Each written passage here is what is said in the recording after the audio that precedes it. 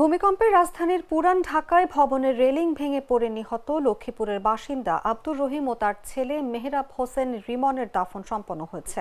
শনিবার সকালে সদর উপজেলার বশিকপুর ইউনিয়নের আসুন্না মাদ্রাসা ও মসজিদ কমপ্লেক্স মাঠে নিহতের জানাজা অনুষ্ঠিত হয়। পরে পারিবারিক কবরস্থানে তাদের মরদেহ দাফন করা হয়েছে। এর আগে ভোরে বাবা ছেলের মরদেহ গ্রামের বাড়িতে পৌঁছালে কান্নায় ভেঙে পড়েন আত্মীয় স্বজনরা। পরিবার ও স্থানীয় সূত্র জানায়, আব্দুর রহিম রাজধানীর সদরঘাট এলাকায় কাপড়ের ব্যবসা করতেন। তিনি পুরান ঢাকায় সুরিটোলা স্কুলের পেছনে স্ত্রী, 3 ছেলে ও 1 মেয়েকে নিয়ে ভাড়া বাসায় থাকতেন।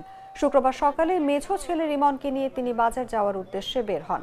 হঠাৎ ভূমিকম্পে একটি ভবনের ইটের রেলিং ভেঙে তাদের ওপরে পড়ে। এতে ঘটনাস্থলেই তারা মারা যান।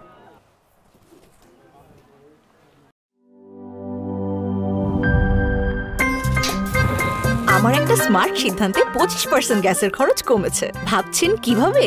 সাধারণ গ্যাস স্টোভ বদলে আমি এনেছি আরএফএল গ্যাস স্টোভ। এর সাইন্টিফিক নজল ও ব্রাস বার্নার ক্যাপ সমানভাবে তাপ ছড়িয়ে রান্না করে দ্রুত। তাই গ্যাসও বাঁচায় 25%, টাকাও বাঁচে 25%। আরএফএল গ্যাস স্টোভ নিরাপদ ও গ্যাস সাশ্রয়ী।